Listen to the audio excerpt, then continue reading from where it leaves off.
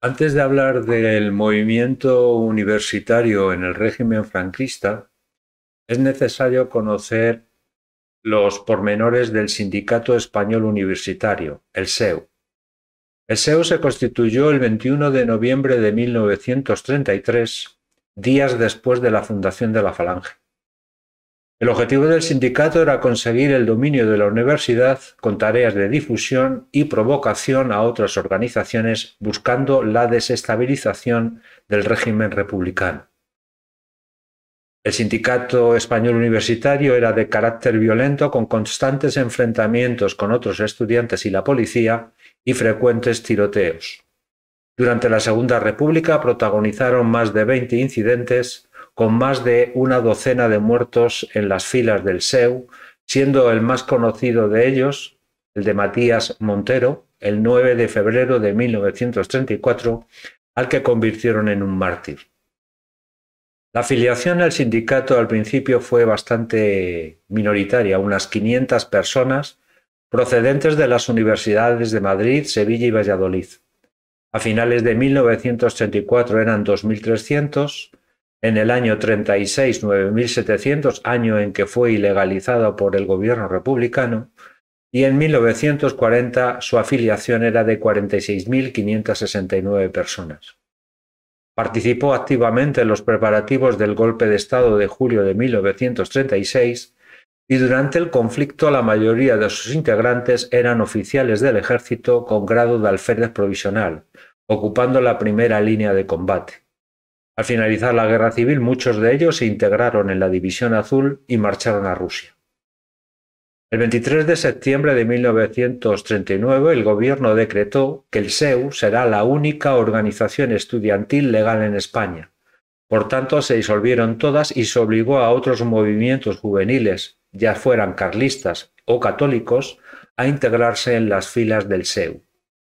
La Ley de Ordenación Universitaria, de 29 de julio de 1943, reconocía al SEU como órgano universitario, a excepción de las escuelas técnicas, y se obligó a su afiliación a quien quisiera estudiar en la universidad u obtener cualquier tipo de becas. Esta ley no gustó a los falangistas más veteranos, ya que suponía una subordinación del sindicato al Estado. Un nuevo decreto al año siguiente, de 29 de abril de 1944, el SEU quedaba adscrito al Frente de Juventudes. Nuevamente los falangistas más radicales se molestaron por la pérdida de autonomía. El SEU realmente nunca consiguió tener el control de la universidad. A mediados de la década de los 50, los movimientos estudiantiles ilegales tenían más influencia que el SEU en la universidad. Además, el régimen no le ofreció un papel importante dentro del movimiento, ni siquiera estaba incluido el SEU en el Consejo de Educación de Estado. Esto lo que provocó fue que algunos de sus dirigentes se mostraran bastante críticos con la política del régimen. La situación de la universidad en la década de los 50 estaba en un lamentable estado, por efectos de la depuración. Profesores mal pagados, en muchos casos sin vocación, y sin único mérito era ser miembro de la Falange. Por otra parte, los catedráticos abandonaban sus responsabilidades dejando su tarea en manos de sus ayudantes o dedicándose a otras actividades fuera de la universidad. Y por último, las quejas de los estudiantes por los métodos de enseñanza que se impartían en la universidad, que consideraban que eran anticuados y rígidos, así como por la falta de moralidad del profesorado. Se dieron casos de compraventa de aprobados si participabas en los cursillos que los profesores daban o clases particulares a unos precios entre 200 y 400 pesetas. Y en último lugar, los alumnos se quejaban de que estaban preocupados por la falta de salidas profesionales. Ante esta situación, el ministro de Educación, Joaquín Ruiz Jiménez, nombrado por Franco en el gobierno de 1951, se rodeó de un equipo con espíritu crítico y apertura intelectual para llevar a cabo una política reconciliadora, con actividades como homenajes a profesores de marcado liberalismo, como Ramón y Cajal, Casares Gil, a integrar profesores exiliados o depurados a sus cátedras y creando un nuevo servicio llamado Extensión Cultural, que tenía objetivos culturales como la reducción del analfabetismo o la difusión de la cultura en el ámbito rural, y también tenía objetivos políticos como contactos entre los universitarios y los obreros y campesinos para difundir los valores del sindicato. Así nacerían dos servicios, el Servicio Universitario del Trabajo y el Teatro Español Universitario, que acabarían convirtiéndose en focos críticos contra la dictadura y lugares de concienciación política. Pero Ruy Jiménez no pretendía en ningún momento romper con la dictadura. Sin embargo, sus actividades contribuyeron a crear un ambiente cultural que llevó a posturas contrarias a la dictadura. Por eso despertó muchas críticas dentro de los sectores más conservadores del régimen que hicieron fracasar el proyecto. Coincidiendo con el nombramiento de Ruy Jiménez como ministro de Educación, Jorge Jordana fue nombrado jefe nacional del SEU. Pero el SEU en esta década estaba bastante debilitado, sin medios y sin iniciativa local, y sin iniciativa política, y se debatía entre seguir las directrices del ministerio de Ruy Jiménez o la repolitización del sindicato en los valores falangistas de José Antonio Primo de Rivera. Así nació Primera Línea, que se convirtió en un grupo de oposición dentro del SEU, formado por los falangistas más fanáticos que estaban en contacto con la Guardia de Franco. Han pasado los años por el Peñón y la bandera inglesa ondea al sol, mas a pesar de todo el mundo no ha olvidado que Gibraltar será siempre español. Mas a pesar de todo, el mundo no ha olvidado que Gibraltar será siempre español. Esta es la verdad, la pura verdad. Esta es la verdad sobre Gibraltar. No tienen razón, bien lo sabe Dios. No tienen razón, Gibraltar español. En enero de 1954 estalló el conflicto. El SEU convocó una manifestación en contra de la visita de la recién coronada Isabel II, que visitaba Gibraltar. En principio, esta manifestación contó con el respaldo de las autoridades, que incluso aprovisionaron a los manifestantes de piedras para arrojar contra el séquito. Sin embargo, en mitad de la concentración, la policía cargó contra los manifestantes, viendo que la cosa se le estaba yendo de las manos, y estos usaron las piedras contra la policía. Esto trajo sus consecuencias dentro del sindicato. Los estudiantes se sintieron traicionados y pidieron responsabilidades sobre los hechos. El gobierno abandonó al SEU, que lo veía ineficaz, y por último, al año siguiente, en el verano de 1955, Jorge Jordana dimitió de su cargo. Tras los sucesos de enero de 1954, Pedro Laín Entralgo, rector de la Universidad Complutense de Madrid, elaboró un informe sobre la juventud española, llegando a las siguientes conclusiones. La juventud estaba insatisfecha por la atmósfera de opresión que se vivía en la universidad. Expresaban los alumnos dudas sobre la moralidad del régimen y de sus servidores, y se pedía una apertura del régimen para evitar la entrada del marxismo en la universidad.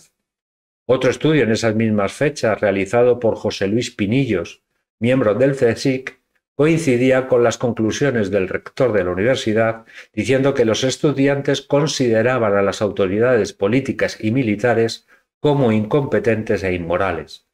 La policía sospechó que Pinillos era un masón y que había sido pagado con dinero del extranjero para realizar dicho estudio.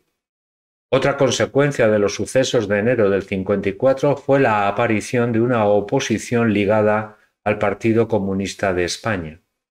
Jorge Semprún, llamado Federico Sánchez en la clandestinidad, llegó a España en verano de 1953 y estableció una infraestructura entre el mundo estudiantil así como en el mundo del cine. Su estrategia era luchar contra el SEU, pero dentro del sindicato. Por otro lado, Laín Entralgo comenzó a apoyar iniciativas estudiantiles fuera de los cauces oficiales del SEU.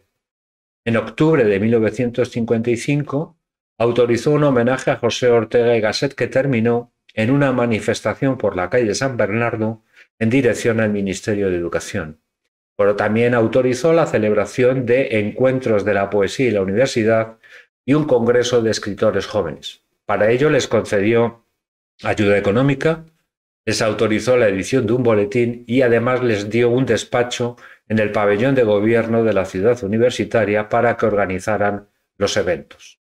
Pero en diciembre de 1955 se prohibió la celebración del Congreso de Escritores Jóvenes por sospechas de la policía de que estaba tomando ese evento un carácter político antifranquista.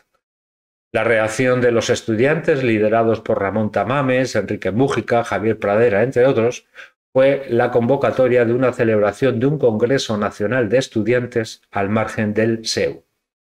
El 1 de febrero difundieron un manifiesto dirigido a las autoridades en el que se denunciaba la situación de la universidad y que las autoridades no estaban poniendo las soluciones adecuadas.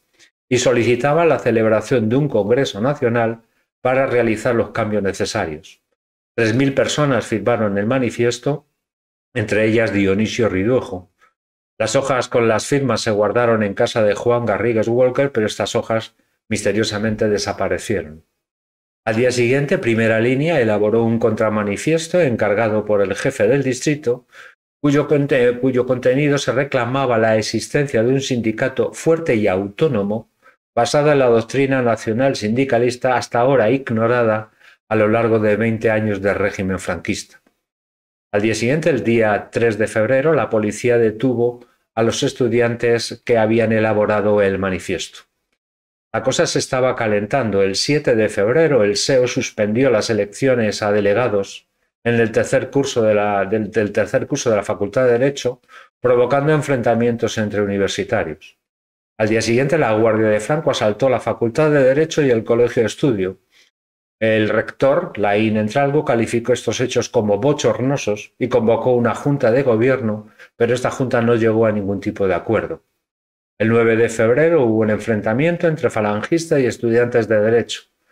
Los falangistas estaban celebrando lo que ellos llamaban el Día del Estudiante Caído, en memoria de Matías Mantero, falangista asesinado en el año 1934. En este choque, en este enfrentamiento entre falangistas y estudiantes, murió un falangista de 17 años llamado Miguel Álvarez de un disparo.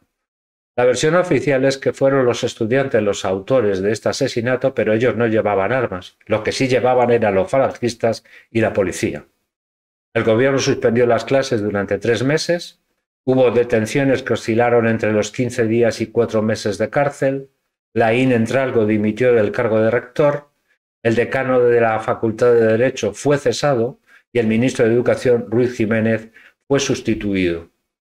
Pero esto no acabó con el movimiento universitario. En marzo del mismo año de 1956 se publicó un documento para esclarecer los hechos ocurridos en el mes de febrero, según ellos tergiversados por la prensa. Este documento fue elaborado por ASU, Agrupación Socialista Universitaria. A pesar del nombre de socialista, no tenía o no guardaba ningún tipo de relación con el PSOE en el exilio. Estaba formada por estudiantes de clase media alta, pertenecientes a familias de adictos y no adictos al régimen. La respuesta del gobierno fue la detención de los 4 fundadores de ASU.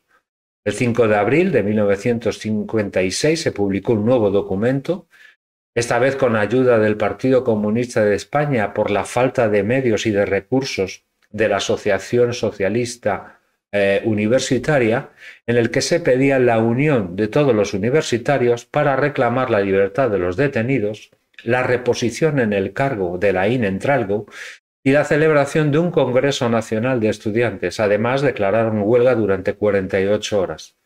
Nuevamente, la respuesta del gobierno fueron nuevas detenciones. Las consecuencias que sacamos de los sucesos de febrero de 1956 podrían ser 3. Por un lado, un aumento de la influencia del Opus Dei. En el año 1957 Franco hizo un cambio de gobierno, dando entrada en el mismo a una nueva clase política, técnica, universitaria y vinculada al Opus Dei. Van a ser los conocidos como tecnócratas, que realizarán una serie de reformas económicas que producirán importantes cambios en el país y un mayor desarrollo económico. Una segunda consecuencia es la aceleración en la organización de la oposición antifranquista. A la oposición antifranquista de socialistas y comunistas, la tradicional, se va a unir una nueva, que va a ser el Frente de Liberación Popular, que nace en la universidad y viene de una corriente del cristianismo crítico. Y la última consecuencia es que el SEU entra en crisis. Dejado por el gobierno por su incapacidad de controlar el orden, el SEU desaparecerá en abril de 1965 y será sustituido por asociaciones profesionales de estudiantes. Los sucesos de febrero del 56, supusieron el inicio del movimiento estudiantil contra el régimen de Franco.